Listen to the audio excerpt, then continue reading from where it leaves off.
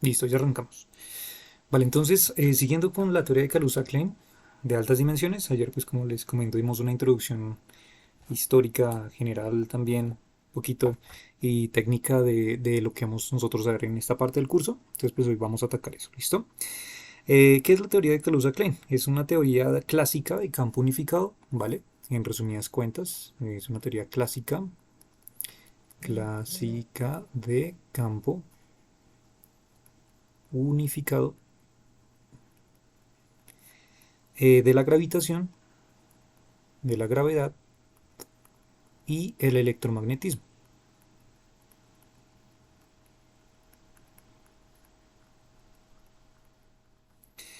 ¿Listo? Construida en torno a la idea de una quinta dimensión más allá de las cuatro dimensiones, común del espacio y tiempo, y se considera un importante precursor de la teoría de cuerdas. ¿Ok? Entonces, evidentemente, la teoría de Kaluza-Klein pues, va a ser lo que más adelante nosotros entenderemos, ¿verdad? Con muchas estructuras matemáticas más sofisticadas, como también la teoría de cuerdas, que sería justamente una de las teorías inspiradas en esta teoría de altas dimensiones. ¿Ok? Hay un personaje muy particular que no mencioné el día de ayer en nuestra presentación, y es un personaje que no sé si lo han escuchado, supongo que sí, para pronto los que han visto Agujeros Negros, uno que tiene apellido Nordstrom. Creo que se escribe, ¿cómo es que es? No, primero creo que es la de Nordstrom. Nordstrom. Si no, se los dejo ahí para que lo revisen. ¿Quién es este personaje? Porque también hizo contribuciones desde el punto de vista astrofísico a la relatividad general. Y Gunnar Nordström pues tuvo una idea similar antes que Kaluza, pero en este caso se agregó un quinto componente al vector potencial electromagnético que representa el potencial gravitacional newtoniano y escribe las ecuaciones de Maxwell en cinco dimensiones. Solamente que Gunnar Nordstrom pues había hecho digamos una especie o había propuesto una idea bastante similar pero utilizando las cuatro dimensiones, pero lo que le llevó a algunos problemillas técnicos realmente matemáticos donde desembocó realmente pues en suposiciones que complicaban un poco las ecuaciones. Pero pues sería posteriormente Kaluza el que haría ese intento, pero pues añadiendo esta teoría de cinco dimensiones, ¿verdad? La teoría de las cinco dimensiones se desarrolló en tres pasos. La hipótesis original vino de Theodor Kaluza, que lo vimos el día de ayer, Theodor Kaluza, que es nuestro personaje principal de esta historia, Theodor Kaluza, quien envió sus resultados a Einstein en 1919, o sea, 4 años solamente después de publicar la relatividad, y los publica, ¿no? Los publica en 1921, o sea, 2 años después. Kaluza presentó una extensión puramente clásica de la relatividad a 5 dimensiones con un tensor métrico de 15 componentes. 10 componentes se identifican con la métrica del espacio-tiempo en 4 dimensiones, 4 componentes con el vector potencial electromagnético y una componente con el campo escalar no identificado, a veces llamado como gravitón escalar o el dilatón o a veces inflatón. En consecuencia, las ecuaciones de Einstein de 5 dimensiones producen las ecuaciones de Einstein de 4 dimensiones, las ecuaciones de Maxwell para el campo electromagnético y una ecuación para el campo escalar. Kaluza también introdujo la hipótesis de la condición del cilindro, que fue uno de los temas que hablamos el día de ayer, que es uno de los fuertes justamente de este modelo, condición del cilindro. De lo contrario, pues tendríamos bastantes inconvenientes, ¿verdad? Eh, donde pues mencionaba que ninguna componente de la métrica de 5 dimensiones depende de la quinta dimensión, ¿no? Entonces para ello, pues otra de las cosas que hemos propuesto es que justamente pues Theodor Kaluza propone un tensor métrico, en este caso con esta virgulilla, ¿verdad? Con subíndices latinos que nos va a hacer referencia a una métrica nueva que va a tener componentes 5x5, o sea, de 5 dimensiones, ¿verdad?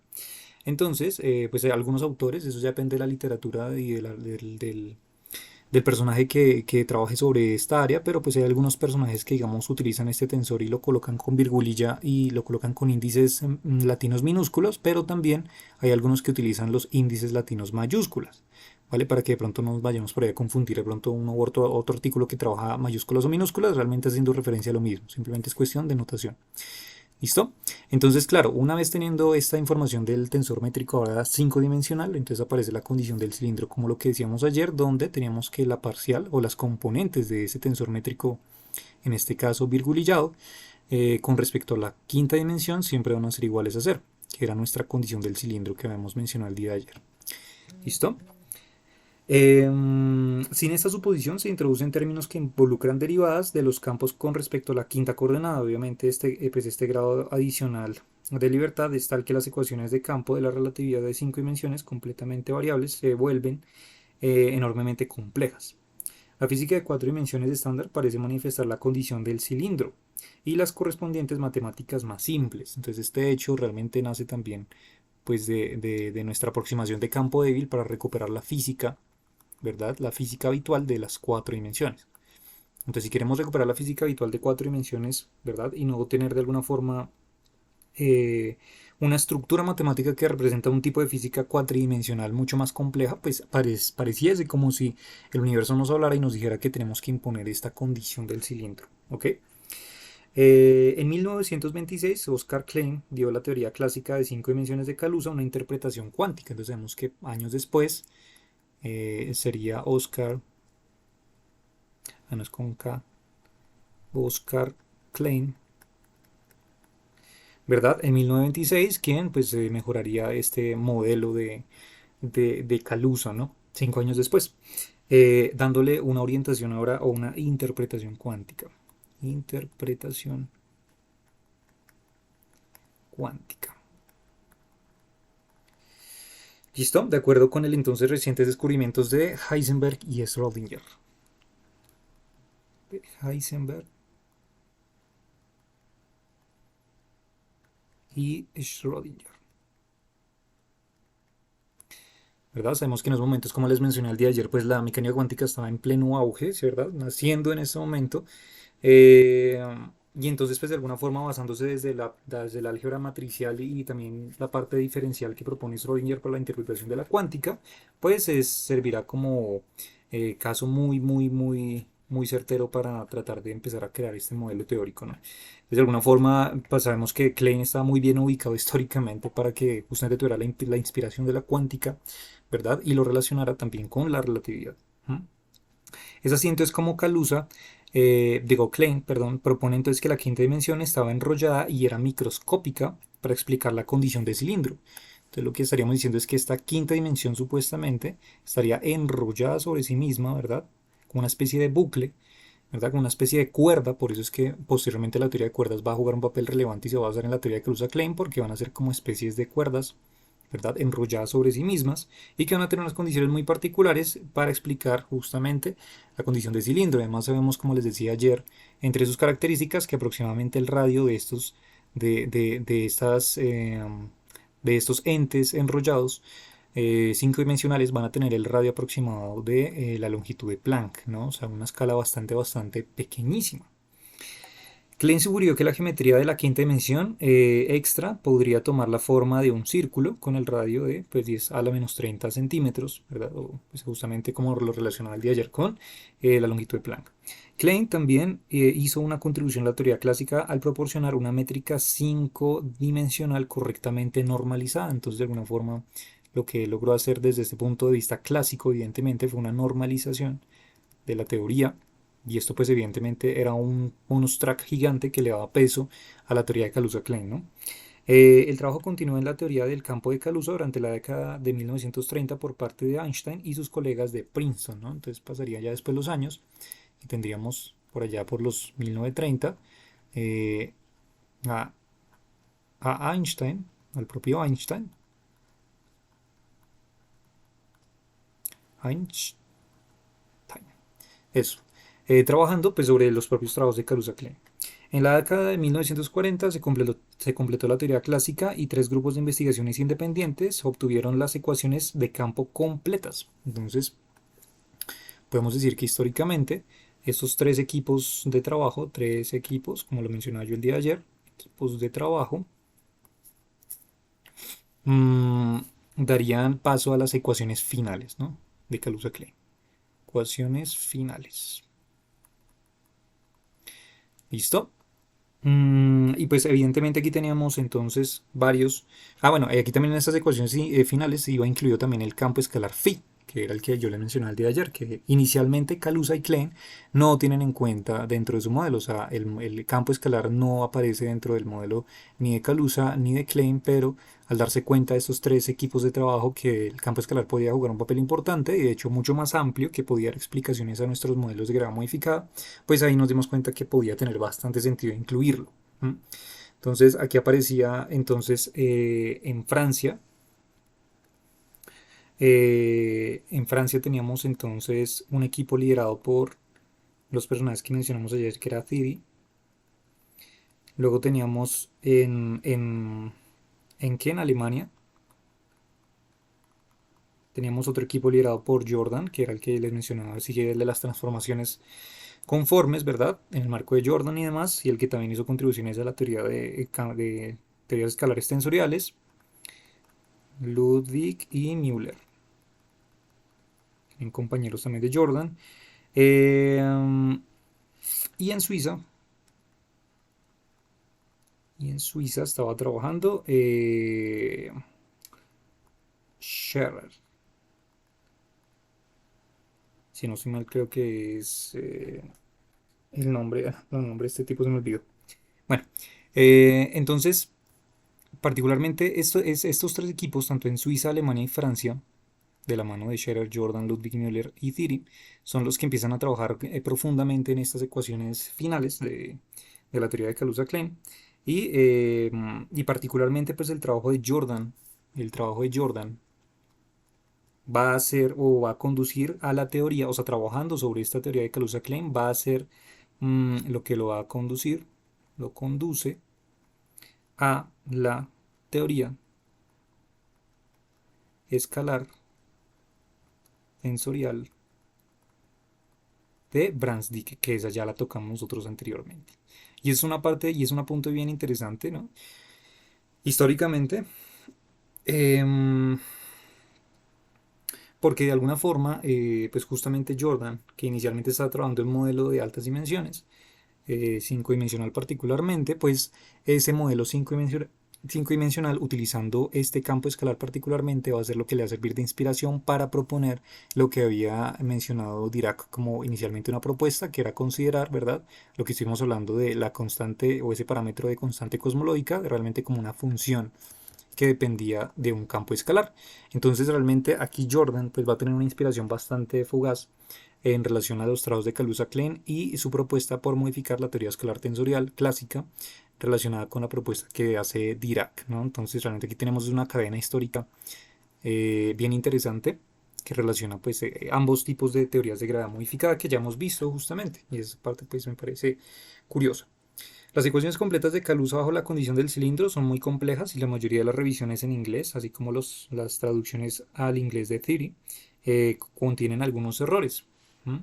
Entonces, de alguna forma, pues como yo les comentaba el día de ayer, pues Kaluza propone un modelo un poco más complejo relacionando esta métrica que él introduce, esta métrica 5 dimensional, ya que las características que le propone a la métrica pues producen algunos problemillas matemáticos, ¿no? Entonces, inclusive dentro de las traducciones que hace Thierry en Francia, pues también se lleva consigo algunos de esos errores y pues de alguna forma vienen a ejecutarse de manera completa y a corregirse pues años después ya con los trabajos de las demás personas. Y ya, ¿ok? Esta quinta dimensión sería tan pequeña que sería como macroscópicamente ver un cable de lejos, que sería una línea unidimensional, pero si se acerca mucho a ella, pues tendrá la forma de una superficie de 2 dimensiones donde una hormiga podría eh, mm, caminar, ¿no? En 2 dimensiones a través de ella. Entonces, de alguna forma, esta relación con lo que estamos hablando aquí de que propone Klein es como si tuviéramos, o sea, a veces lo representan así como si fuera un cable, ¿no? Un cable, ¿verdad? Y entonces de alguna forma si lo vemos desde muy muy muy lejos, pues lo que vamos a ver justamente va a ser una línea que si nos empezamos a acercar vamos a ver una especie de superficie de 2 dimensiones, ¿no? Y esa superficie de 2 dimensiones pues es justamente lo que nosotros vamos a entender como este bucle cerrado, ¿verdad? Es desde la interpretación cuántica que le propone Klein con este radio aproximadamente planquiano, ¿verdad? Entonces claro, a estas escalas tan microscópicas pues lo que tenemos justamente son visualizaciones pues, ideales de lo que podría ser esta 5 dimensión que está enrollada, ¿verdad? Y ya, ¿vale? Vale, ¿qué más tenemos por aquí importante que tocar?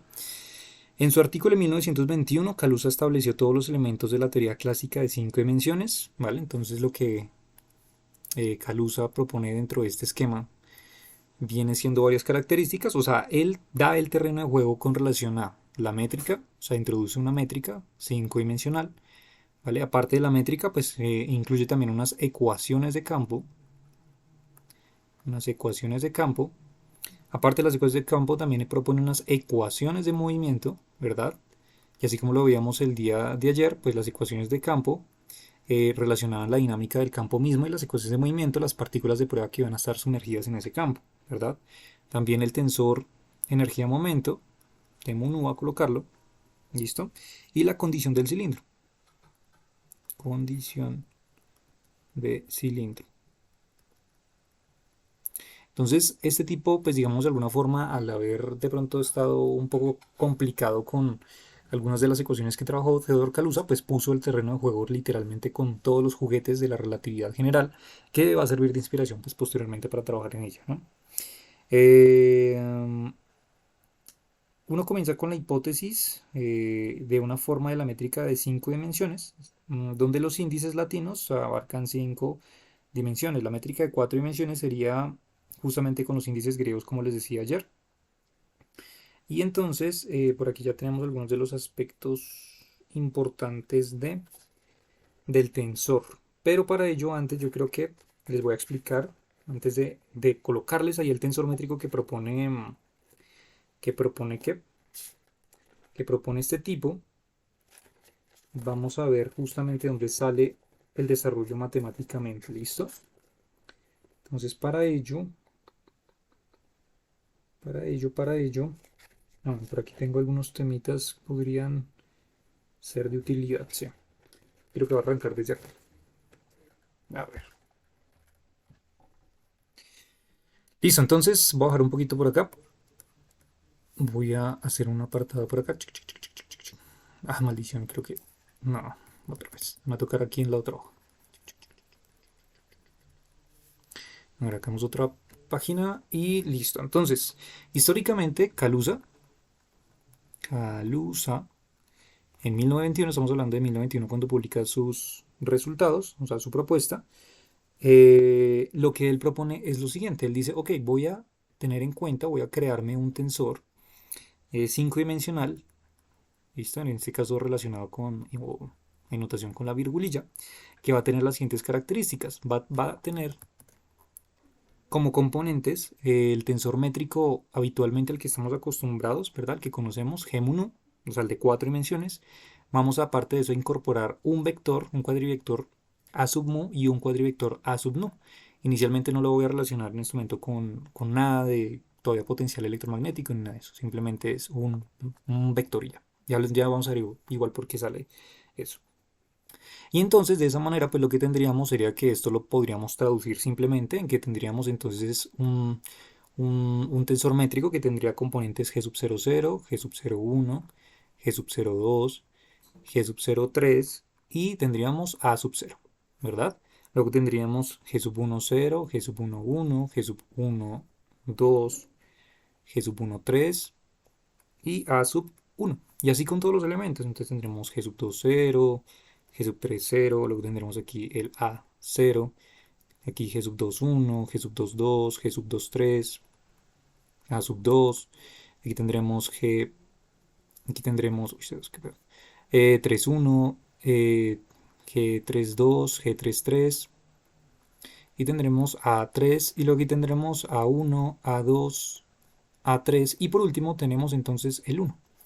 ¿Vale? Entonces nos damos cuenta que la representación que propone Kaluza pues es esto. Realmente lo que propone es esto. ¿Mm?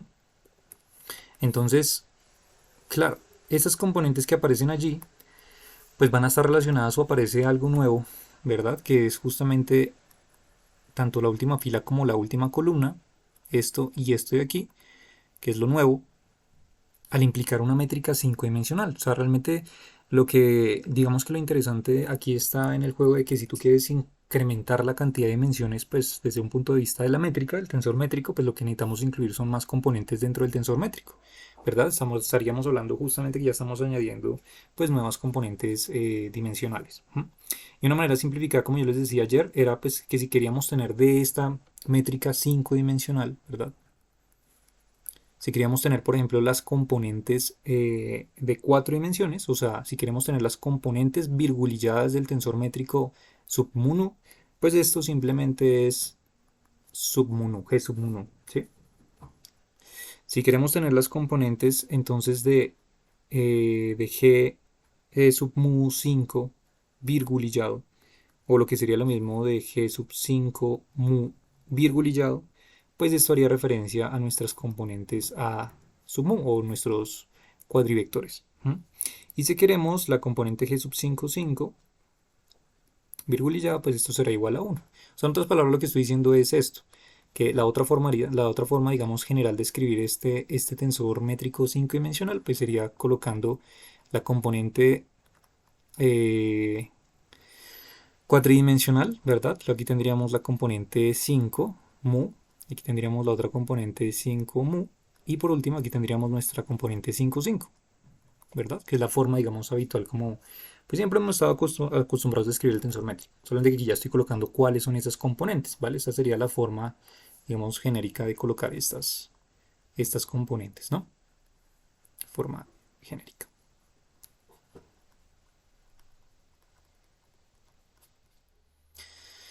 ¿Listo? Y ya. Entonces la 5 componente, o esta componente particularmente la última, ¿verdad? De la métrica puede en general ser un campo escalar arbitrario phi, el cual pues puede luego entrar en las ecuaciones de movimiento, ¿vale? Sin embargo, históricamente Kaluza tomaba aquí o asumía justamente ese campo escalar como unitario, ¿sí? O sea, de por sí no estaba explícitamente expuesto, ¿vale? La condición más importante que propone Kaluza es la condición del cilindro, como les comentaba. Kaluza también propone que una manera ad hoc de colocar la condición del cilindro es porque ningún fenómeno observable depende realmente de la presencia de una dimensión adicional imponiendo otra condición, ¿vale? Entonces, como les decía yo ayer, el mérito a Kaluza es que basado sobre estas ideas completamente solo, demostró que las ecuaciones de gravedad 5 dimensionales son básicamente esas de la gravedad de Einstein de 4 dimensiones en presencia de un campo electromagnético, donde A sub mu juega el rol de cuadripotencial de Maxwell. Y las limitaciones que ya habíamos mencionado ayer era que la métrica inversa es extremadamente engorrosa por el contenido, ¿verdad? Y la condición del cilindro parece una asunción ad hoc. ¿Listo? Entonces, por ello, esta sería la propuesta que pues realiza Kaluza. ¿M? Pero tenemos entonces problemillas algunos matemáticos con las relaciones inversas y además de que pues también asume de alguna forma la propuesta de la condición que les acabé de decir del cilindro como una suposición ad hoc. ¿Listo? Y ya. Entonces, ese sería como el terreno de juego inicial, ¿no? Por el cual podemos nosotros entrar a plantear el modelo de Kaluza. Y entonces, luego llegaría Klein. Klein en 1926, con estas modificaciones, donde el tipo lo que hace es lo siguiente. Lo que el tipo dice es que realmente el tensor que se debería manejar de 5 dimensiones, 5 dimensional, pues debería tener una forma más bien similar a la siguiente. Entonces debería aparecer aquí G sub mu nu. Quiero que vayamos comparando. G sub mu nu es parecido a lo mismo que está acá, ¿verdad? Luego le va a sumar este tipo entonces ambos cuadrivectores multiplicativos a mu, a nu, que no aparecían aquí, ahora sí los aparece. Y esto realmente tiene que ver más que todo con el desarrollo de la métrica inversa. Luego aparece por aquí la componente a mu, por aquí aparece la componente a nu y aparece el 1. ¿Qué quiere decir eso? Pues si se dan cuenta, aunque sea bastante, digamos, inocente, la modificación que hizo Klein, ¿verdad? Pues esta modificación realmente vuelve completamente las interpretaciones y los esquemas matemáticos mucho más simplificados, ¿vale? Entonces, pues esta modificación pues propone de hecho un cambio bastante importante y que nos va a servir para utilizar estas ecuaciones, ¿vale? Eso quiere decir de alguna forma que lo que vamos a tener aquí como el tensor métrico de sus componentes, pues va a ser entonces algo así como g sub 0, 0 más perdón, a sub 0, 0, a sub 0, a sub 0, ¿verdad? Y luego tendremos pues la siguiente componente que va a ser como algo así como, perdón, g sub 0, 1 más a sub 0, a sub 1, y así con todos los elementos, ¿verdad? No colocarlos todos. Entonces ya sabemos más o menos cómo son las reglas de juego y pues quedaría algo así entonces el terreno de juego. Eso quiere decir entonces que cada una de las componentes, así simplificadas de esta forma como se las plantea aquí, entonces podríamos decir que aquí las ecuaciones vendrían siendo las siguientes. Entonces si queremos encontrar la componente, la primera componente, g sub mu nu virgulillado, pues va a ser igual a g sub mu nu más a sub mu a sub nu, ¿verdad? Que sería esta componente, la primera componente. Luego si queremos entonces a mu 5 virgulillado o lo que sería lo mismo a sub 5 mu virgulillado, pues va a ser igual a nuestro a sub mu. Y si queremos el a sub 5, 5, pues de igual forma va a seguir siendo la unidad, ¿no? Klein nos propone, digamos, un cambio ahí bastante significativo en eso, solamente en la primera componente. Listo, entonces, aunque esta métrica ahora parezca un poquito más complicada que la métrica de Kaluza, de hecho no, tiene su compensación, ya que la métrica inversa termina generando términos, los siguientes términos que voy a colocar, justamente, que son los que son más útiles y más fáciles de trabajar.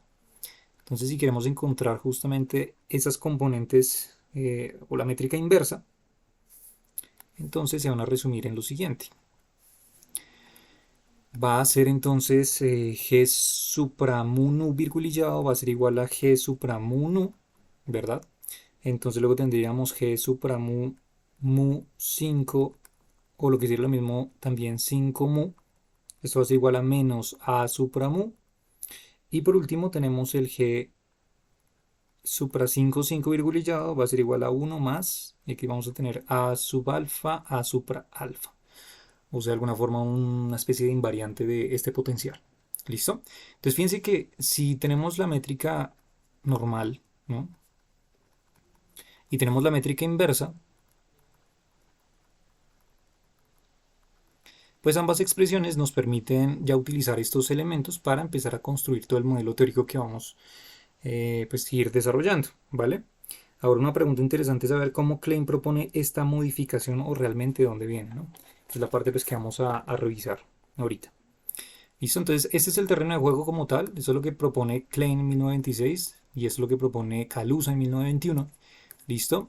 Y pues obviamente aparte también de la condición física de donde sale esto, de la condición del cilindro.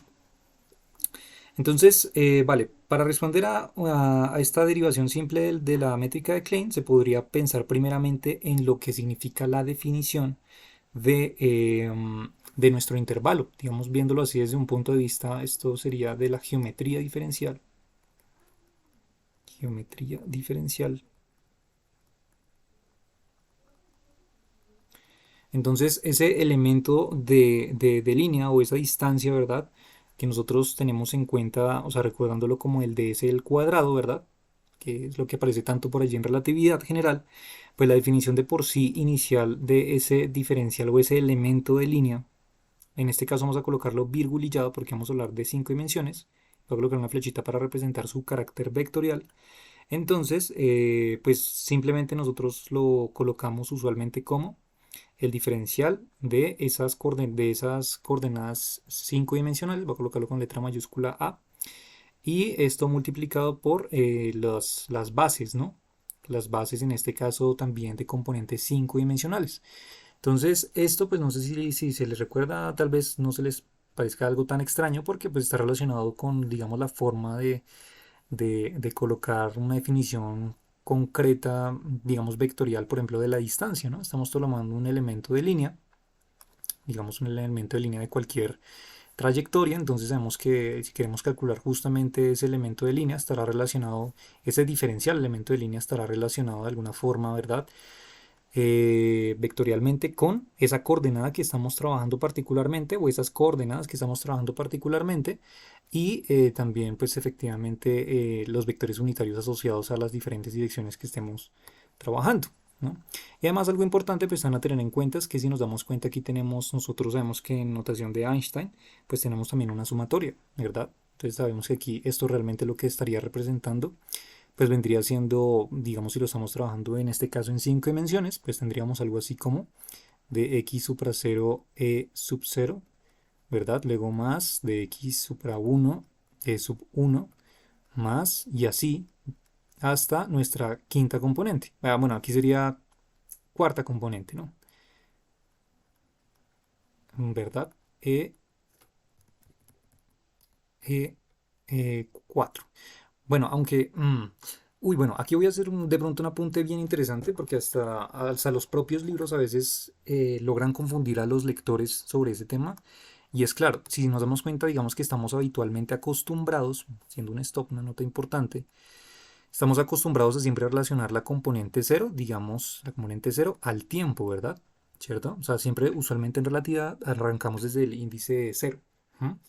Algunos autores arrancan desde uno y el uno o los del 4 el 4 lo toman como tiempo, es del uno, eso ya depende del autor. Pero nosotros, pues digamos, como lo hemos venido trabajando, siempre es la componente x supra cero. Y entonces, claro, si uno comienza la sumatoria desde x supra cero, pues para llegar a la quinta coordenada, pues estaríamos diciendo que la quinta coordenada realmente sería, oh, perdón, sí, la quinta coordenada sería el x supra 4. Entonces uno como que tiene ahí un problemilla a veces más bien de notación y uno entonces, claro, está diciendo que la componente x supra 4 está hablando de la 5 dimensión. Entonces a veces como que este 4 pareciera que estamos hablando de la cuarta dimensión, pero no, es del hecho la quinta dimensión. Entonces lo que hacen algunos autores más bien para evitar este lío es en vez de colocarle el de x supra 4 de sub 4, lo que hacen es colocar el de x supra 5, ¿sí? O sea, saltándonos el 4. Algo así para que me entiendan es lo siguiente. Mejor dicho, voy a expandir esto de una vez completito y hago el salto rápidamente. Entonces sería de x supra 2 e sub 2 más de x supra 3 e sub 3 más de x supra 4 e sub 4. ¿Sí? Entonces a lo que me refiero es lo siguiente. Aquí tenemos la primera coordenada que sería la temporal, segunda coordenada espacial, digamos x, y, z. Entonces aquí tenemos t, x, y, z sin en cartesianas rápidamente, y aquí esta sería nuestra quinta coordenada o la quinta dimensión, ¿sí? Pero como tenemos los índices 4, entonces a veces la gente se confunde. Además, porque si nos damos cuenta aquí estamos relacionando y estamos utilizando siempre el 5, 5, 5, 5, 5 y no el 4. Inclusive la propia condición del cilindro tiene asociado la coordenada x supra 5. Entonces, lo que hacen los autores para evitar ese lío, pues es decir, ok, pues más bien dejémoslo completamente igual todo para no cambiar la coordenada temporal y más bien en vez de colocar esto, vamos a reemplazar esto por simplemente el de x supra 5 e sub 5. ¿Listo? Pero esto no está cambiando en el juego, solamente realmente lo que estamos diciendo es que vamos a cambiar este término por este término, simplemente por la cuestión de la notación, del índice, no más. Entonces, pues obviamente haciendo esa transposición, pues lo que nos queda simplemente es esto, ¿verdad? Y ya, o sea, eso es, simplemente para evitar ese lío. Entonces, esa quinta dimensión usualmente pues la vamos a estar trabajando de esta manera, como esa componente de x supra 5, de sub 5, pero pues ¿sí? Teniendo en cuenta que esa es nuestra, pues numéricamente sería eh, eh, nuestro cuarto índice sumatorio, ¿verdad? El 0, 1, 2, 3, 4, pero pues ahora lo convertimos en un 5. ¿Listo? Claro. Y entonces aquí ya tenemos nuestra definición de lo que sería el elemento este de línea, ¿verdad? El vector elemento de línea, sin haberle hecho nada, ¿no? Entonces, claro, si nosotros lo pensamos así clásicamente un momentito, devolviéndonos a nuestra concepción clásica de 4 dimensiones, entonces, claro, si lo coloco en 4 dimensiones, pues lo que estaríamos diciendo sería lo siguiente, digamos que aquí tenemos mu, aquí tenemos e sub mu, ¿listo? ¿Qué es lo que pasa? Pues lo que pasa es que cuando nosotros multiplicamos o generamos justamente un multiplicativo de este elemento de línea por sí mismo, o sea, de ese punto, o sea, de ese punto ds vectorial, pues esto sería lo mismo que colocar entonces como un dx supra mu, sub mu, ¿verdad? Punto, y luego tendríamos un dx supra nu, sub nu, ¿sí? Para el otro elemento. Y esto pues en lo que se nos convierte, pues este factor multiplicativo, ¿verdad? Pues lo que tendríamos sería este ds al cuadrado, que es lo que nosotros conocemos usualmente como el ds cuadrado, ¿verdad? Y estos dos elementos vectoriales pues se van a transformar simplemente entonces en, ya que aquí correspondería a los elementos de línea, vienen siendo los elementos constantes, y el producto punto o el producto escalar sabemos que actúa justamente sobre los términos vectoriales, entonces realmente aquí lo que tendríamos sería mu punto nu, esto lo vamos a dar en un paréntesis, y el resto me quedaría como de x supra mu de x supra nu. Y a esto de aquí es lo que hace rato en nuestro otro curso de relatividad, pues hemos visto alguna vez que esto es justamente la definición de nuestro tensor, o son las componentes del tensor métrico, ¿no? Entonces realmente es este factor multiplicativo de las bases, de los cuadrovectores bases que aparecen allí, esto es lo que nosotros entendemos como el G mu nu, ¿verdad? Y es allí donde aparece entonces nuestro famosísimo G mu nu, diferencial de x supra mu, diferencial de x supra nu, ¿verdad? Y así es como se deduce nuestro elemento de línea general o el intervalo que se utiliza tanto en relatividad general, ¿verdad? Sobre esa propia definición. Entonces lo que estamos haciendo es justamente partir desde las nociones completamente básicas, ¿verdad? Y cómo construimos ese elemento de línea o ese pitagorazo extendido que yo lo llamo a veces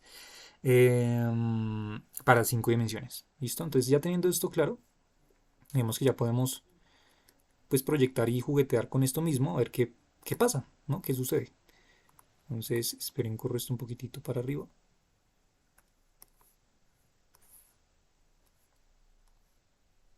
Démoslo aquí en un cuadradito. Eso es.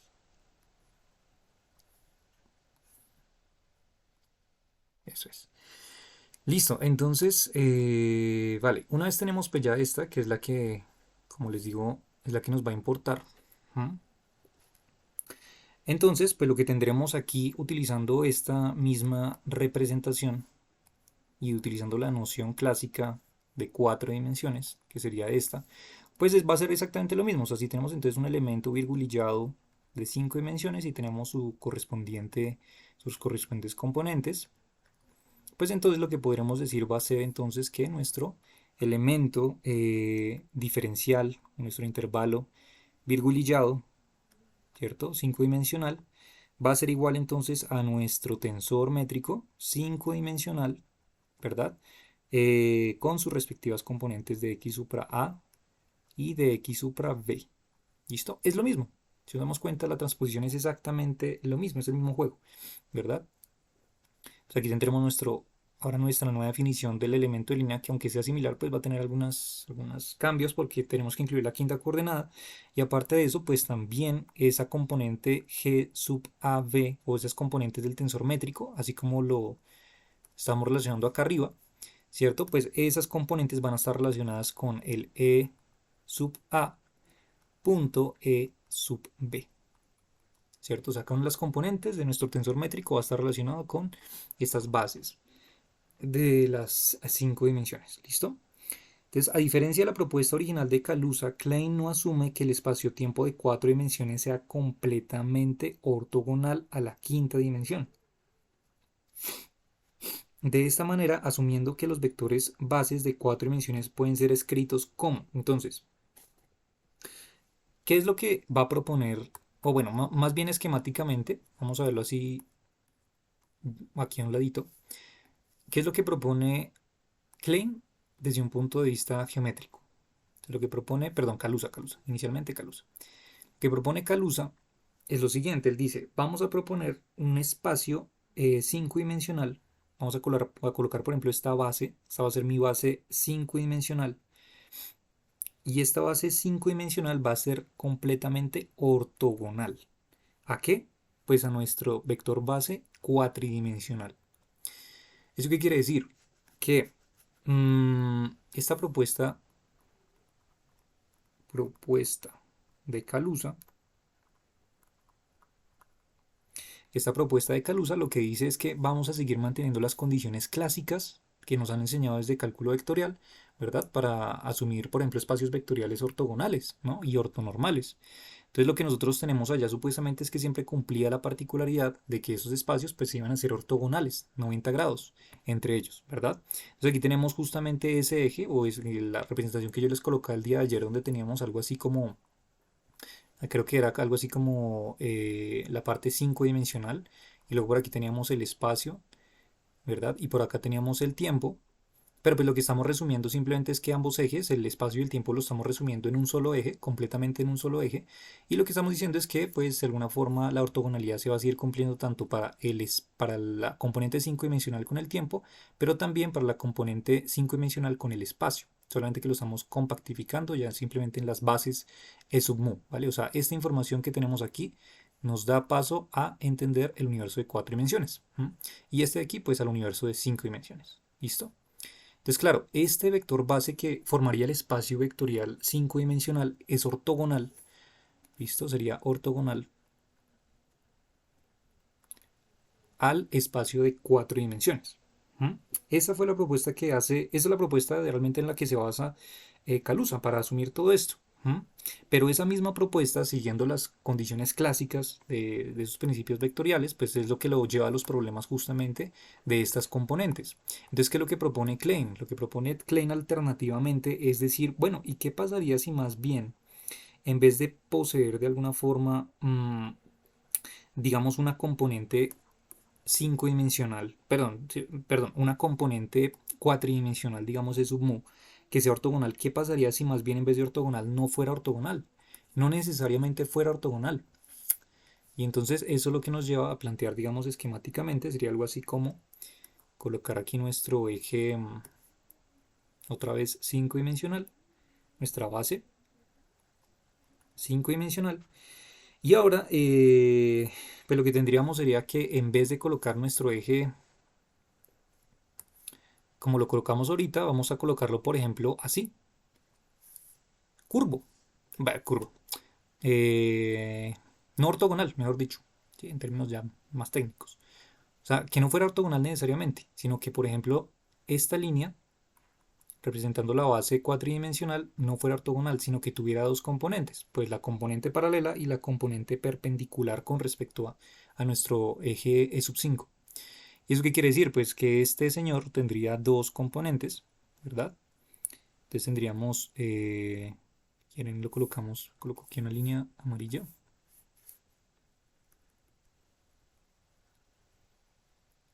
Entonces tendríamos una componente primero que iría hacia arriba, que la colocamos de color azul, esta de acá, y luego tendríamos otra componente que construiría, ambas componentes construirían pues este eje espacial cuatridimensional, donde pues aquí podemos titularle a esto si quieren así a lo clásico. Esto, por ejemplo, podemos llamarlo la componente E sub mu perpendicular, en este caso con respecto a E sub 5, ¿verdad? Porque sería la parte perpendicular. Y esta la podemos llamar, pues si esta es perpendicular, esta sería la paralela, ¿no? Entonces, esta sería la componente E sub mu paralela del eje E sub 5. Y esta cosa bastante extraña es lo que va a dar paso justamente a la simplificación que propone Klein. Simplemente un cambio de orientación del eje, eso es lo que soluciona este lío. Una cosa de verdad de locos. Entonces, claro, pues lo que podemos decir de manera simplificada es que ya no cumpliendo esta ortogonalidad, entonces la componente de sub mu, pues la podemos expresar entonces como la suma de ambas componentes vectoriales, que sería entonces E sub mu perpendicular más la E sub mu paralela. ¿Sí? Eso sería el E sub mu. Pues así como sabemos de cálculo vectorial, ¿verdad? Tenemos aquí un vector A más otro vector B, pues la suma de ambos vectores me va a generar el vector resultante que sería desde el origen, ¿verdad? Hasta ese punto final que llegue. Pues es lo mismo. Aquí tenemos esta. Entonces, esto es lo que conocemos como la propuesta de Klein. De Klein. ¿Sí? Y pues esta propuesta de Klein va a ser justamente lo que más adelante vamos a relacionar con la forma que tiene justamente el cilindro, ¿no? Porque si en vez de tener claramente un eje ortogonal, completamente ortogonal como lo propone Kaluza, sino que ahora tenemos un eje que no necesariamente tiene que ser ortogonal y que de hecho puede moverse a través de nuestro eje E sub 5, pues efectivamente esto es como si fuera una especie de radio, ¿verdad? Y si empezamos a movernos a través de este radio, entonces lo que vamos a formar es una especie de esfera. De esfera no, de circunferencia. Y como tenemos esa circunferencia, pues de alguna forma lo que vamos a relacionar en ese movimiento circular es una especie de, justamente a través del tiempo, una especie de cilindro. ¿no? Porque claro, digamos que esto pensémoslo como la coordenada espacial, digamos, ¿sí? Pero si nos estamos moviendo a través del tiempo, por ejemplo, mientras nos movemos hacia adentro de la pantalla, ¿verdad? O hacia afuera de la pantalla, pues lo que estamos generando al hacer estos círculos saliendo de la pantalla o adentrándonos en la pantalla, pues es justamente una especie de cilindro. Por eso es que se le conoce como la condición de cilindro, ¿sí? Viéndolo desde un punto de vista geométrico. Ok, y entonces, vale, ¿qué condiciones cumpliría? Algo así, mirándolo así clasiquitamente, haciendo, digamos, un recorderis de nuestras nociones básicas de pronto de cálculo vectorial. ¿Qué podemos sacar de aquí información solamente al haber propuesto esto? Pues a ver, al haber propuesto esto podemos sacar la siguiente información. Por ejemplo, ¿a qué sería igual tener el producto escalar de lo siguiente? E sub mu perpendicular, producto escalar de E sub 5. ¿A qué sería igual esto? Por ejemplo, ¿quién me dice? Si quieren escríbanlo en el chat. O sea, ¿qué sería ser el producto punto de esta componente perpendicular a esta componente? De un producto escalar, así como un cálculo vectorial tranquilo. ¿Cuánto nos daría eso? ¿Qué dicen por ahí? ¿Mm? ¿Quién se arriesga?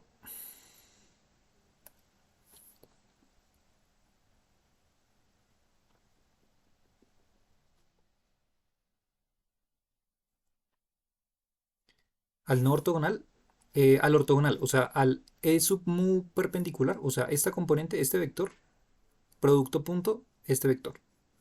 ¿Cuánto nos da? O sea, estos dos sí son ortogonales, ¿no? ¿Cuánto nos daría ese producto escalar?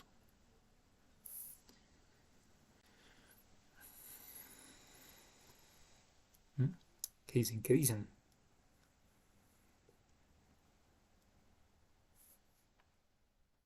Cero si son ortogonales. Muy bien, exactamente, Sebas. Sería cero, ¿no?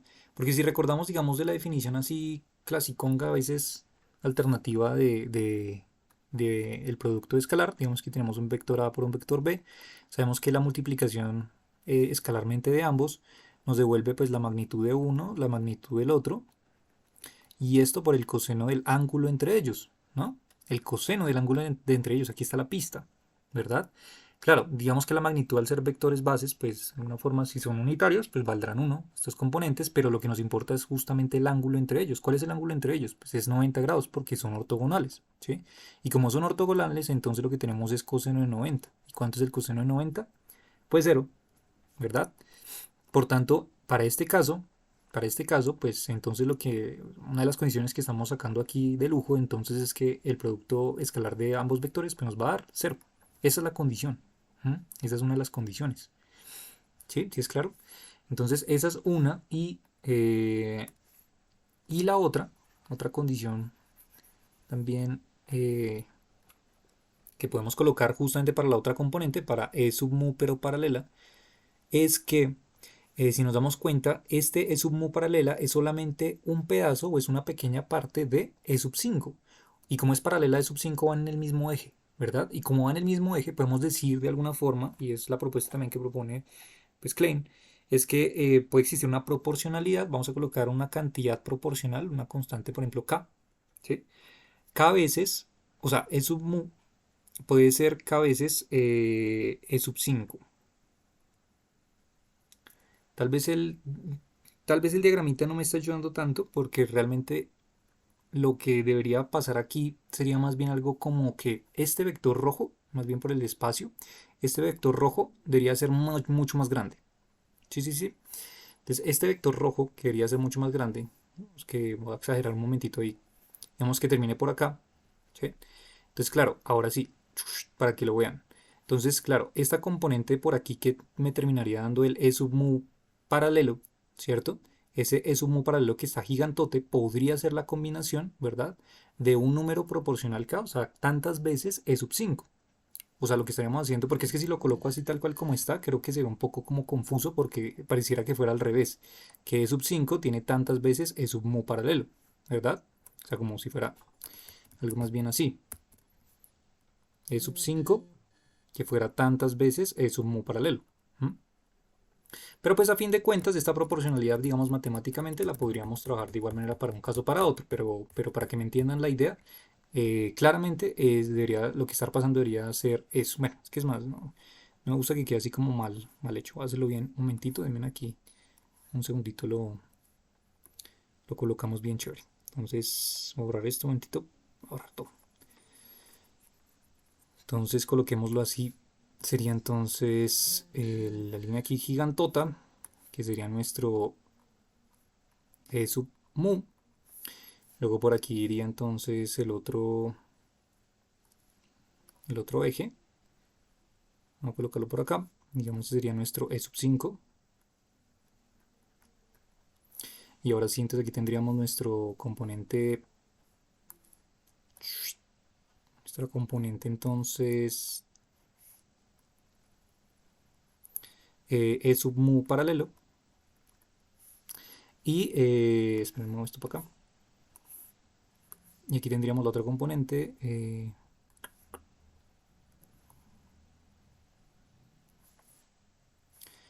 La e sub mu perpendicular, ¿no?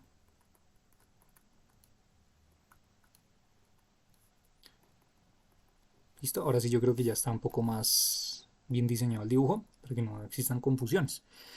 Listo, entonces claro, ahora sí. Aquí tenemos la parte ortogonal que les decía, eso sería ortogonal a E sub mu perpendicular a E sub 5, y aquí sí vemos pues más claramente lo que les decía, la condición que propone pues Klein, y es que de hecho también tiene bastante sentido hacerlo así porque, como les mencionaba, la quinta dimensión está relacionada con una distancia bastante pequeña, ¿no? Microscópica, y que sea microscópica implica de alguna forma que por eso vamos a tener una proporcionalidad, ¿verdad? Una cantidad de veces justamente este quinto eje de la base, E sub 5, que nos va a representar la componente paralela, E sub mu, ¿sí? Porque esta componente sub 5 debe ser más pequeña que la componente cuatridimensional paralela, ¿sí? Entonces por eso la razón también y justificación de hacerlo pues bien. Entonces ahora sí, esta sería la propuesta de Klein y estas serían nuestras condiciones, estas como condiciones vectoriales pues para armar este esquema, ¿vale? Eh, pues sí, eso sería. ¿Hasta ahí tienen dudas, inquietudes, preguntas o ha quedado claro todito este juego pues apenas comenzando? Hay changos, sí hay preguntas. Es como una proyección, exacto, sí, es como una proyección, mejor dicho, es una proyección de un vector en el otro. Ajá, exactamente, exactamente. Yo cuando uno define la definición, pues particularmente del producto escalar, pues termina siendo eso, una proyección, ¿no? Como la sombra del vector. Y lo del cilindro, pues viene en relación a que, pues de alguna forma, este vector va a empezar a dar vueltas, ¿no? O sea que lo estamos viendo desde este punto de vista de sub mu o desde sub 5, alguno de los dos va a terminar dando vueltas y jugando con el tiempo, digamos como ese vector que estaría saliendo de la pantalla, digamos que esto fuera solamente el espacio, como las tres componentes espaciales, y la temporal, digamos que sale o entra de la pantalla. Entonces pues lo que veríamos nosotros sería que al estar rotando estas cosas y al estarse adentrando o saliendo de la pantalla, pues lo veríamos de alguna forma como una especie de cilindro, ¿no? O sea, lo que veríamos nosotros sería algo así como, a ver si trato de dibujarlo. Vamos que ese sería nuestro plano, ¿no? Aquí estaría nuestro plano. Y entonces aquí estaría nuestro vectorcito y aquí estaría el otro vectorcito. Y lo que está haciendo uno de esos vectores es rotando, ¿verdad? ¿Sí? Y si consideramos, digamos, esta profundidad del cubo como si fuera, por ejemplo, el tiempo, avanzando en el tiempo, entonces lo que estaría pasando es que como empieza a rotar, ¿verdad? Y puede rotar en cualquier punto de ese instante temporal, entonces lo que vamos a nosotros a tener a medida que avanza el tiempo, pues es justamente un cilindro, ¿sí? Mientras esta cosa empieza a rotar, ¿vale? Entonces empezamos a rotar en cualquier instante de tiempo, en este temporal, lo que terminamos viendo es una especie de cilindro, ¿sí? Ahora sí un poquito más claro. El vector rojo, el amarillo es el que rota, mejor está. Listo, listo. Nice, eso es. Vale, creo que no tienen preguntas, ¿no? No hay preguntas, listo. Vale, entonces a partir de ello, pues lo que pasa es lo siguiente. ¿Dónde fue que yo coloqué aquí el terreno de juego? Ah, acá abajo. Ok, bueno, pero dejémoslo aquí un momentito con estas condiciones de una vez ya que las coloqué acá. Entonces, vale. ¿Qué podemos, por ejemplo, empezar a hacer desde aquí? Se puede llegar fácilmente a que usando esta condición, la de E sub mu paralelo, igual acá, simplemente una constante de proporcionalidad de sub 5, aquí va a ser igual. Y de hecho ya vamos a dar cuenta que no tiene tanta importancia porque después va a desaparecer, así que no hay lío por eso. Bueno, más que desaparecer, va a ser algo. Entonces, esta acá, aquí va a ser igual. Esta acá va a ser igual y la podemos relacionar justamente haciendo lo siguiente. Tomamos esta condición, simplemente un cálculo de una representación vectorial muy trivial, muy fácil, y lo que vamos a hacer es aplicarle un producto escalar con e sub 5. O sea, es tomar esto y multiplicarlo escalarmente de ambos lados por e sub 5. ¿A qué será igual eso? Entonces, si hacemos eso, aquí tenemos nuestra constante, tendremos e sub 5 y como multiplicamos por un e sub 5 de ambos lados, pues aquí también tendrá un e sub 5, ¿verdad? Lo mismo fue tomar esto, multiplicamos de ambos lados por e sub 5 y ¿qué nos devolverá eso? Entonces esto va a ser igual a esto de aquí eh, del lado izquierdo sería igual a, colócalo así, la componente g sub mu 5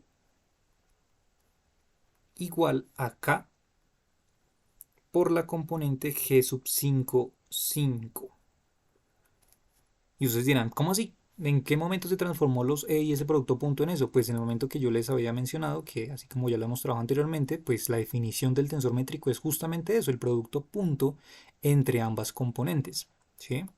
Entonces aquí lo que tenemos efectivamente pues es el producto punto de ambas bases, ¿sí? En este caso E sub mu y E sub 5. Y como E sub mu y E sub 5 son términos existentes, entonces pues esto simplificando utilizando esta cosa de acá, pues eso nos lleva simplemente a la reexpresión de la componente del tensor métrico g sub mu 5. Por eso el mu y por eso el 5. G sub mu 5. ¿Listo? Y el e sub 5 punto e sub 5, pues relacionándolo con este mismo análisis, pues sería lo mismo que la componente g sub 5 5. Y aquí acabamos de encontrar esta relación de las componentes del tensor métrico, eh, pues para g sub mu 5 y g sub 5. 5. ¿Listo? Y pues teniendo esto, pues fíjense que acabamos de encontrar cuánto vale K. Pues esta K va a ser igual entonces a, podemos colocarlo entonces como, perdón, aquí esta cosa ya no debería ir, ¿no? El vector ya no va, este vector ya no va, y de hecho va desvirgulillado, no sé por qué coloqué vector, esto va desvirgulillado porque estamos hablando de las 5 dimensiones, ¿verdad? Ahora sí. Además porque el producto punto, recuerden que al tener el producto punto de dos elementos vectoriales se convierte en un escalar. Entonces realmente estos son términos escalares, son números. Y de hecho pues tiene sentido porque las componentes del tensor métrico son números. ¿Sí? Entonces K a qué sería igual? Va a ser igual entonces a G virgulillado sub mu 5 sobre G virgulillado sub 5 5. ¿Vale? Entonces aquí tenemos cuánto valdría supuestamente esa K. ¿Ya? Listo. Y donde entonces, pues lo que podríamos hacer es que utilizando esta definición, pues lo que tenemos aquí, devolviéndonos a nuestra condición de donde partimos, esta de acá arriba, entonces lo que diríamos sería que E sub mu paralelo va a ser igual a K, pero K es igual a esto, o sea, K es igual a, voy a colocar en otro color, K sería igual a G sub mu 5 virgulillado sobre G sub 5 5 virgulillado. Y esto multiplicado por la base e sub 5. ¿Listo? Y ya acabamos de encontrar entonces cuánto valdría esta componente en términos de la base e sub 5 y las componentes del tensor métrico 5 dimensional. ¿Mm? Perfecto. Ouch. Listo. Estaba viendo un, un inconveniente y el tiempo, pero pues yo no sé, yo les pregunto a ustedes particularmente si tienen tiempo de pronto para terminar el cálculo, al menos para llegar a las componentes del tensor métrico, o paramos hasta aquí y seguimos el próximo fin de semana. ¿Qué opinan? ¿Si podrían tener 15, 20 minutitos más o dejamos hasta aquí, más bien seguimos? No, por mi lado está bien, sí podemos continuar. Listo, listo. Sebas dice sí, Roberto dice sí. Cami, ¿qué dices? El maestro Eddie, ¿qué dice? Ok, perfecto, listo, ¿no? Entonces continuemos, hagámosle, sigamos aquí el cálculo ya que estamos inspirados. Listo, entonces aquí ya tenemos la condición, la primera condición,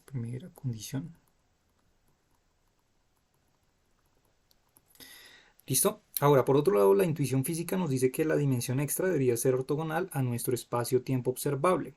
Esta intuición nace del hecho de que por alguna razón no podemos observar la quinta dimensión y esto se puede deber a la ortogonalidad. ¿Mm? Para reconciliar, asumimos la métrica cuatridimensional eh, para ser completamente determinada por las componentes transversas. Entonces, lo que estaríamos diciendo sería lo siguiente. A ver, en otros términos, que las componentes G sub mu nu las podemos reescribir como, pues, las componentes E sub mu ortogonal, ¿verdad? Punto E sub nu ortogonal. E sub nu ortogonal. Sub nu ortogonal. Eso es. ¿Sí? Claro, esto con el hecho de que, pues obviamente suponiendo que este espacio vectorial que estaría formando E sub mu y E sub nu fuera arbitrario, o sea, estuviera en cualquier lugar curvado, no orientado con cualquier dirección, sino puede estar como se le dé la regalada gana, ¿verdad? Entonces, de alguna forma, digamos que estuviera, no sé, algo, por ejemplo, así, ¿sí? O algo, por ejemplo, así. No existe muy ortogonal, así, ¿sí? Digamos que este es el espacio vectorial que genera E sub mu y E sub nu, ¿verdad? Y no tiene algún sistema de referencia porque recordemos que el espacio vectorial se genera de esto. Entonces, claro, cuando empezamos a generar un esquema y empezamos a sacar justamente las partes paralelas y ortogonales de ambos términos, entonces aquí tendremos un, digamos, E sub mu, perdón, un E sub nu, por ejemplo, coloquémoslo acá, eso es, por ejemplo, un E sub nu ortogonal a este, pero aquí también tendremos la componente E sub mu ortogonal a este, ¿sí? Y también tendremos la paralela, entonces aquí también aparecerá, bueno, más bien permítanme colocarlo más bien en color rojo este, E sub mu, ah, carajo, a ver, E sub mu ortogonal, eso sí, y ahora sí, por aquí iría la otra, o sea, en la misma línea, pues, que sería la E sub mu paralela, y aquí nos faltaría la, digamos, E sub nu, eh, esta sería la E sub mu. Ah, no, iría aquí mismo. Claro, claro, iría aquí mismo. Sería la E sub nu paralela también con respecto a este. ¿Mm? Bueno, el caso es que todo este cuento es para decirles lo mismo que ustedes ya saben. Lo mismo que ustedes ya saben es que siempre nuestras bases, en este caso para formar estas componentes del tensor métrico cuatridimensional, pues siguen cumpliendo la ortogonalidad, diciendo pues que aquí tenemos el E sub mu y el E sub nu y que ambos son ortogonales entre sí. ¿Sí? Entonces, claro, pues de alguna forma lo que nosotros estamos aquí expresando explícitamente es que pues ambas componentes son ortogonales entre ellas. ¿Sí? Independientemente del espacio que formen y la forma que tengan esos vectores bases. Siempre vamos a tener y nos va a importar es justamente la parte perpendicular, ¿verdad? O ortogonal de ambos elementos. ¿Sí? Esto es lo que simplemente estoy tratando de traducirles. ¿Sí? Entonces, claro, esto, pues simplemente, aunque ya lo sabíamos, nos sirve de apoyo para hacer lo siguiente. Y es que este pedacito, esperen, lo corro más bien para arriba para que no se va a confundir junto con lo otro.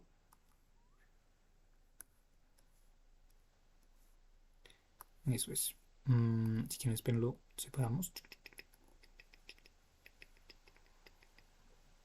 Ese sería el del paquete de 5 dimensiones y ese sería el paquete de 4 dimensiones. Listo, entonces, listo. Luego, entonces, para aplicar la definición general de G mu nu, se tendría que tener lo siguiente. A ver si lo trato de replicar bien. A ver,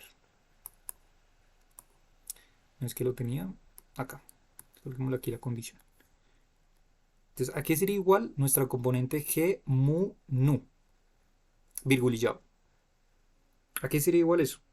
Entonces, el G mu nu virgulillado eh, debería ser entonces la componente E mu, ¿verdad? Punto la componente E nu, espere, E nu vector, ¿sí? O sea, si queremos definir el G sub mu nu, la primera componente, G sub mu nu virgulillado, pues sería lo mismo que tener esto, que es la misma definición que estamos colocando acá arriba, solamente que estamos hablando de las componentes cuatridimensionales, ¿sí? Así que no hay nada raro. Esa es la definición estándar. Entonces, claro, si tenemos esto, ¿a qué sería igual esto? Y aquí es donde vamos a empezar a descomponer toda esta vuelta. Este primer elemento, el elemento E sub mu, lo podemos traducir, más bien voy a colocarlo por colorcitos, más bien para que se entienda esto bien. Entonces, E sub mu lo vamos a dar rojo y el E sub nu vamos a colocarlo amarillo. ¿Listo? Entonces el rojo se va a transformar o simplemente es la simplificación de tener justamente lo que les decía de una componente perpendicular más una componente paralela del propio vector, que es lo que nos forma pues nuestro vector E sub mu, ¿sí? Mismo que hacíamos ahorita. Y para la componente E sub nu pues va a ser lo mismo, entonces va a tener su componente perpendicular y su componente paralela, ¿sí? Eso es lo que simplemente estoy tratando de retratar acá. ¿Mm? Entonces, digamos, aquí tenemos nuestro E sub mu, ¿sí? Entonces tendremos su componente, digamos, paralela y su componente perpendicular, ¿sí? Y de igual forma para no. ¿Listo? Entonces, claro, al expandir esto o colocarlo en términos mucho más generales para los vectores bases, entonces, pues como tenemos un... Ay, ¿qué estoy haciendo? ¿Por qué coloqué un más? Oh, God. Las horas de la noche ya me están afectando. A ver, aquí no es un más, no sé por qué coloqué más. Si es un por, es un producto punto. Aquí no va un más, sino un producto punto. Ahora sí, es que más. ¿Dónde me salió eso? Eh, Aquí tenemos el producto punto, ¿no? Entonces el producto punto de ambos elementos de las bases nos reproduce las componentes del tensor métrico. Entonces ahora sí, empezaríamos nosotros a hacer pues lo que sería, ¿qué? Pues lo que sería hacer una distribución de todos los vectores bases, ¿no? Entonces lo que nos tocaría hacer sería una distribución de esos factores multiplicativos, donde tendríamos entonces, eh, primero tendríamos este por este, o sea, tendríamos E mu perpendicular punto E nu perpendicular, ¿cierto? Que sería este por este. Luego tendríamos más el siguiente elemento que sería mu perpendicular por nu paralelo. Entonces, mu perpendicular punto nu paralelo. Luego tendríamos más el siguiente elemento que sería eh, mu paralelo producto punto nu perpendicular. Y por último tendríamos el mu paralelo punto nu paralelo. Sí, rectifiquemos que todo haya quedado bien ahí. Ujú. Listo. Entonces, ¿qué es lo que pasa?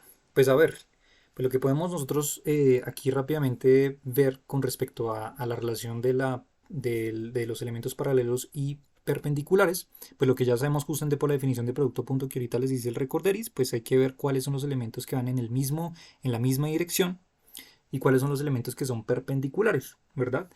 Y pues efectivamente los elementos que son perpendiculares entre ellos, pues van a ser este y este, ¿verdad? Porque aquí tenemos justamente entre la representación que les coloqué arribita, un elemento base que es perpendicular y el otro es paralelo, o sea, uno estará así y el otro estará así.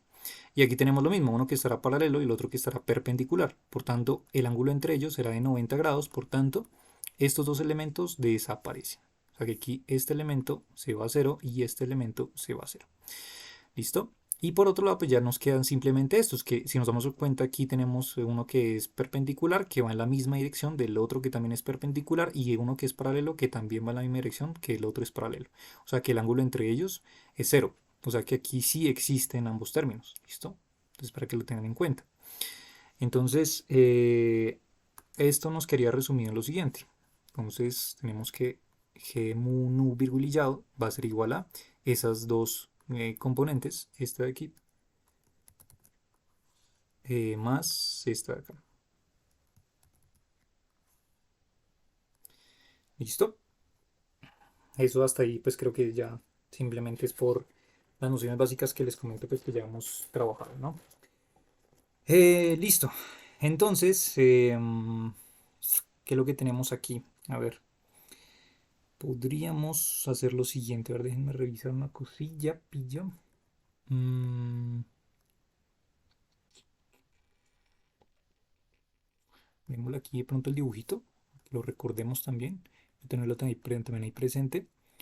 Eh, Sería E sub mu perpendicular, E sub nu perpendicular. Y aquí E sub mu paralelo, E sub nu paralelo. Eso es. Listo, entonces ahora sí. Quiero que revisemos un momentito a qué es igual esto de acá. A qué es igual esto de aquí.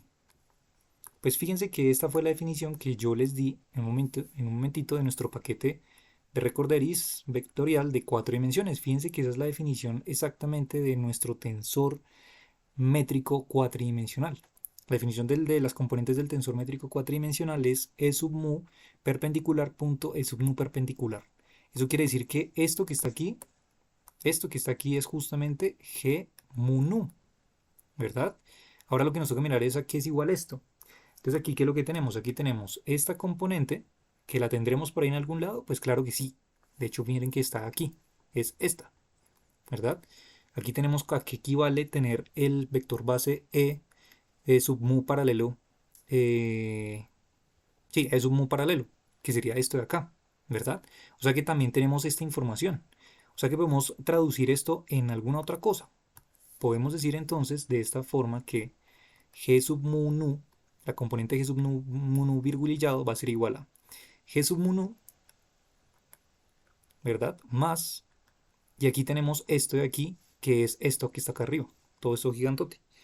O sea que sería igual a G mu 5 virgulillado sobre G sub 5 5 virgulillado multiplicado por E sub 5, ¿verdad? Y todo esto, producto vectorial, perdón, producto escalar por E sub nu paralelo. ¿Sí? Y entonces, ya casi estamos llegando. O sea, esto de aquí que estoy haciendo es la demostración literalmente de por qué Klein hace el cambio que tenía Kaluza. O sea, Kaluza tenía esto en su componente G sub 1. O sea, fíjense que lo que estamos haciendo jugueteando es con esto, esta primera componente. Para, para Kaluza le dio esto. Para Kaluza le dio simplemente G mu nu y ya.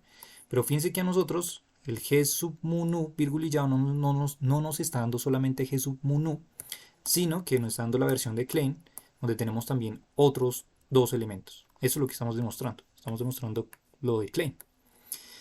Entonces, listo, ya tenemos esto. Por tanto, esto nos quedaría escrito como G mu nu más, y aquí tendremos entonces G mu 5 virgulillado, G5 5 virgulillado, y fíjense que aquí tenemos un producto escalar entre los elementos E sub 5 punto E sub nu paralelo.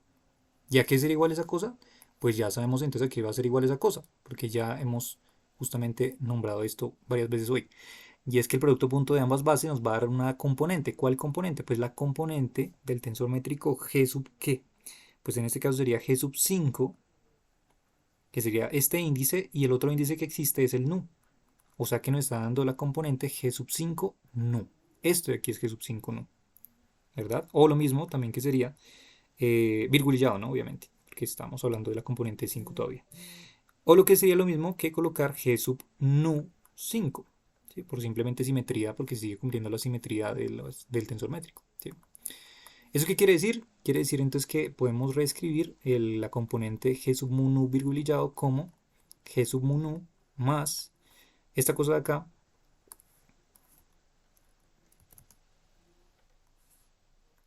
multiplicado por G sub nu 5 virgulillado. ¿Listo? Fijaos entonces a lo que hemos llegado, ¿no? O sea, simplemente haciendo un proceso realmente pura y netamente vectorial, ¿verdad? No es algo por allá del otro mundo, si nos damos cuenta, sino que es más bien hacer como relaciones netamente vectoriales. Ya llegamos a una interpretación de lo que sería esta componente de nuestro tensor 5 dimensional. ¿Mm?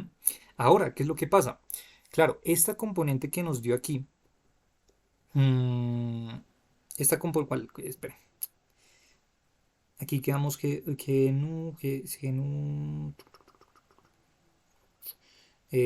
ver, es 5. Sí, sí, sí. Entonces, ¿qué es lo que pasa aquí? Em,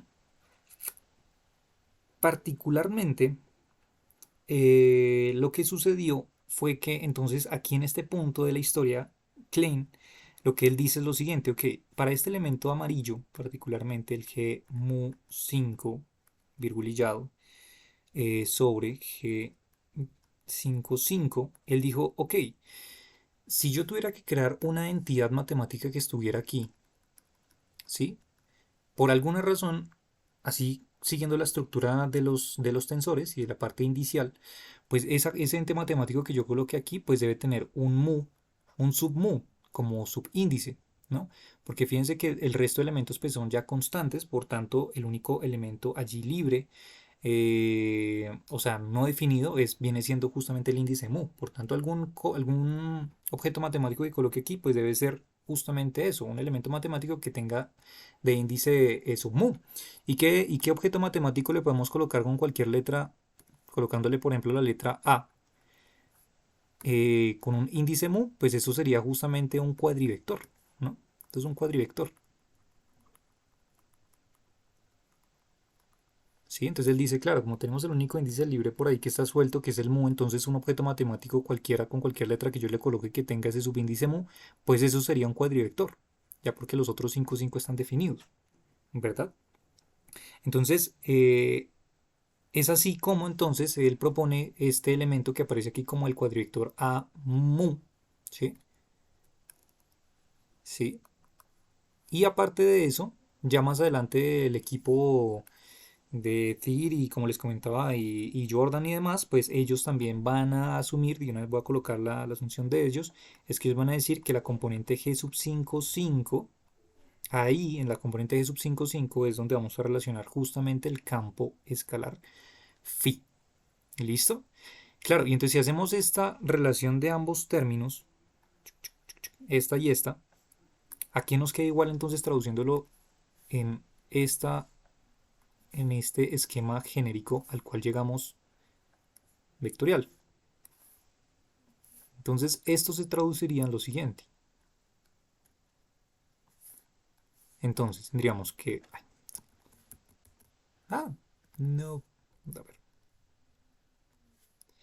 Entonces tendríamos que G mu nu virgulillado va a ser igual a G mu nu más, y entonces esto de aquí, digamos que es justamente la definición entonces de nuestro vector, cuadrivector, que llamamos A mu.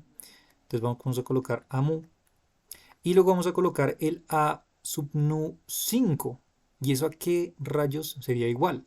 Entonces el A sub nu 5 lo podríamos, por ejemplo, despejar de aquí mismo, de esta misma definición del cuadrivector. Claro, pero entonces en vez de mu vamos a colocarle nu y no hay lío con que cambiemos pues de nombre este índice, ¿verdad? Porque de alguna forma está denotando ese cuadrivector con ese índice particular que viene de acá. Entonces podríamos en vez de colocarle, por ejemplo, G sub mu, vamos a colocarle G sub nu 5 y pues abajo lo mismo si me toca dejarlo igual. Y pero pues esto solamente lo que nos va a cambiar simplemente es el nombre de la componente. En vez de ser mu va a ser nu. ¿Sí? Y si allí lo despejo, entonces tenemos que G sub nu 5 virgulillado va a ser igual a sub nu multiplicado por G sub 5 5, ¿verdad? Que esto no es más que utilizando el aporte de Jordan, Thierry y demás. Entonces esto sería igual a sub nu multiplicado por phi, ¿verdad? Entonces aquí tenemos ya la definición de G sub nu 5, entonces sería igual a sub nu multiplicado por phi. Y aquí ya les estoy dando el spoiler de dónde va a aparecer por ahí las phis. Y aquí ya tenemos nuestro elemento. Claro, para Klein, como les digo, para Klein, esa sería la versión moderna, ¿no? Pero para Klein, como les decía, phi es igual a 1. Y como phi es igual a 1, entonces esto termina convirtiéndose en g mu nu virgulillado 5 dimensional es igual a g mu nu cuatridimensional más a sub mu a sub nu. Y fíjense que aquí llegamos a nuestra primera componente que justamente nuestro personaje aquí, Klein, coloca. Esta. Aquí llegamos a nuestra componente. ¿Ya? Entonces todo este camino fue realmente para colocar esto, este esquema. Eh, y ya, simplemente esto. Y aparte de eso, pues también aquí, de hecho, inocentemente, con esta misma definición que acabamos de llegar justamente a nuestra componente del cuadrivector, pues aquí mismo también tenemos la definición de lo que serían las otras componentes, ¿verdad? Aquí ya les di la que sería la 5,5 componente de nuestro tensor, pero aparte de esto, pues ya tenemos la definición de cuál sería para cualquier otro elemento de que no sea de la diagonal principal, que son estos. O sea, esta definición de aquí ya nos dio toda la información. O sea, tenemos la información de esta de aquí, tenemos esta de aquí y tenemos esta de aquí. ¿Para qué? Para que así podamos ya construir cuál es el vector justa, perdón, el tensor métrico G sub AB, ¿verdad? Que va a ser igual a qué? Va a ser igual al G sub mu nu virgulillado, el G sub mu 5 virgulillado, el G sub 5 mu virgulillado y el G sub 5 5 virgulillado, que es la definición genérica estándar que ya hemos siempre venido trabajando. Si nos dimos cuenta, ya acabamos de resolver todas las preguntas de cómo serían estas componentes, porque traduciéndolo en esos términos, pues fíjense que llegamos justamente a nuestro tensor métrico de Klein, donde tenemos entonces que G sub mu nu virgulillado sería igual al G sub mu nu más A sub mu A sub nu, que sería esta primera componente, ¿verdad? Tomando el phi igual a 1, ¿verdad? Luego tendríamos el G sub mu 5, que sería este mismo de aquí, pero en vez de nu tenemos mu, o sea que tendríamos, dice A mu, y por el phi, pero el phi vale 1. Luego aquí abajo tendríamos el G sub 5 mu, que sería lo mismo que invertir ambos términos, pero pues por la simetría también se nos sigue cumpliendo, ¿verdad? Que eso sería lo mismo que esto. Pero entonces en vez de nu colocamos mu y pues nos quedaría exactamente lo mismo, o sea que tendríamos aquí a sub mu también, o nu, a veces lo colocan algunos autores para diferenciarlo, y el G sub 5 5 que sabemos que vale 1 para Klein. Y fíjense que llegamos a nuestro tensor métrico de Klein, ahora sí demostradito. Entonces, este fue el camino que tomó realmente Klein. Si nos dimos cuenta, fue una propuesta netamente vectorial de no tomarlo completamente ortogonal. Y eso le llevó a replantear entonces el tensor métrico de una manera, pues, digamos, un poco diferente a lo que propone Kaluza, pero que pues va a ser justamente el génesis de esa simplicidad de las formulaciones matemáticas que vamos a empezar a ver y que van a ser mucho más fáciles de trabajar. ¿Sí? Entonces, esta es la versión particularmente pues, de Klein, ¿sí? Ya más adelante, entonces cuando Theory y Jordan hacen sus aportes, pues ya queda de manera genérica, ahí sí incluyendo el valor de phi, o sea, estos de aquí, la versión moderna. Entonces el G mu nu virgulillado termina siendo G mu nu más el A sub mu A sub nu, perdón, A sub mu A sub nu multiplicado por el phi, que es el phi que nos apareció por acá arribita. ¿Sí? Y aparte, pues también tenemos que estas componentes, la componente por ejemplo G sub mu 5 o lo que sería lo mismo 5 mu, pues viene siendo simplemente el phi por el A sub mu, que viene de aquí, que es lo que ya también acabamos de mostrar. Y la componente G sub 5 5 viene relacionada por la phi. ¿Listo? Entonces, estas de aquí serían las componentes en la versión moderna, incluyendo el campo escalar. Y las componentes de arriba serían la versión clásica de Klein, sin incluir el campo escalar. ¿Listo? Esta sería nuestra versión moderna. Esta sería nuestra versión moderna. Y esa sería la versión clásica. Clásica de Klein. ¿Listo? Ya. Entonces ya con esto ya creo que nos podemos ir un poquito más felices. Que ya logramos pues llegar justamente a este génesis de dónde empieza a salir toda esta vaina de la métrica y por qué tiene esa forma que tiene y por qué aparecen esos cuadrivectores. Ojo que aquí todavía no he dicho que esos cuadrivectores tengan un nombre, yo simplemente dije que era un cuadrivector y ya, ¿no? Y de hecho lo que pues Kaluza inicialmente propone es también que eso es un cuadrivector y ya, fin de la historia, pero él no propone que este cuadrivector esté relacionado con algún ente potencial electromagnético o algo así, sino simplemente es un cuadrivector y ya. ¿Listo? Eso sería todo. Listo, chicos, eso sería entonces todo por el día de hoy. Espero pues les haya gustado la clase. Nos veríamos entonces el siguiente fin de semana y seguimos rayando esta vaina. Listo, que se vienen más ecuaciones más que rayar, pero pues tiene bastante, em, tiene bastante material que trabajarle aquí, ¿listo? Y que va a ser divertido mientras vayamos avanzando en esto. Listo, entonces si no hay preguntas, pues hasta aquí dejamos por el día de hoy. Les agradezco mucho y nos vemos entonces en la siguiente sesión. Listo.